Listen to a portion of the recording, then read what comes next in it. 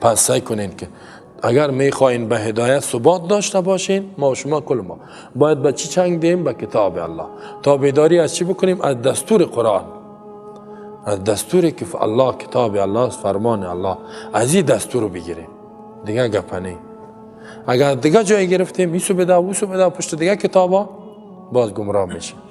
یکم دفعه ما قرآن حدیث میگیم، یک آدم شعر میخوانه، خیلی بیدل صاحب چی میگی؟ شعر میخوانه. حافظ صاحب چی میگی؟ مولانا صاحب چی میگی؟ فردوسی صاحب چی میگی؟ در شاهنامه گپ زده. من گفتم تو فردوسی و بیدل و این ملای قرن 7 8 است. گفتم تو یاره که قرآن برابر کرد که رسول الله صلی الله علیه و الله را نشناختی، ما قدر الله حق قدره. گفت خود خیلی چطور میشه؟ گفتم این گپا را در دیوال دی. اینا خو بیچاره پیامبر بودن؟ نه. حتی صحابه بودن؟ نه.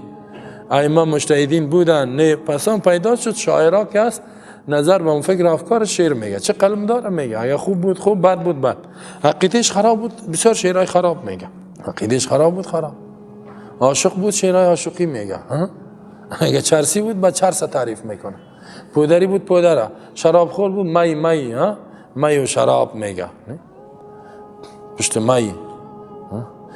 مثل حافظ چی میگه؟ با می سجاده رنگین کن گرت پیر مغان گوید که سالک بیخبر نبود ز راه و رسم منزل ها. یعنی با می با شراب سجاده جای نماز تا رنگین کن. اگر میگه پیر مغان، اگر پیر برات گفت که برو شراب دمو پرتو دیگه شام بخور چی شده جای نماز پرتو بکو، میگه بکو. چرا ای کار کنم؟ می خدا اسلام میگه انما الخمر، در قرآن میگه انما الخمر والمیسر والانصاب والازلام رجس من عمل الشیطان. این خوب پلیتی عمل شیطان، فاجتنبوه. الله میگه اجتناب کنین. این میگه که ز سالک بیخبر نبود، میگه سالک پیر که بیخبر نیست ز راه و رسم منزل ها. راه و رسم او هم میفهمه. گپ پیر میگه علم حال است، گپ الله قال است. میگه قال میگه ی حال میگه، حال بالاست میگه. توبه نه گمراه ازی فهمیده میشه که حافظم چی بوده؟ چندان آدم می نبودن. گمش که چندان آدم می نبود. یعنی یک شعر حافظ یادم آمد، موقع پیش شعر نمیگردم. خب مولانا را ببینی شعرهای میگه که به زبان نمیاد. خب یقین کنی شعرهای از او را بگیم میگریزین شما. خب استاد نمیشین.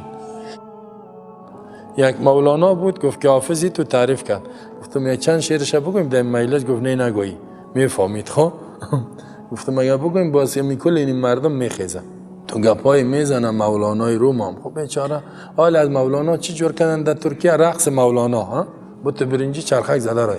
حالا مولانا که اصلی رقاصه بود، مولانا رقص مولانا. من یک دفعه سعی کردم گفتم امی آدم هستن یا بت هستن؟ گفت نه آدم هست، بت واری خود جور کرده، گردنش اینم تو چرخک میزنه. این رقص چیست؟ رقص مولانا. رقص حرام است در اسلام. بازی توی خواندنا و یار میمانه. مردم میگه مولانا خب بیخی از پیامبر بالا، رقص هم رقص مولانا، خیلی بیاین دیگه رقص کنیم.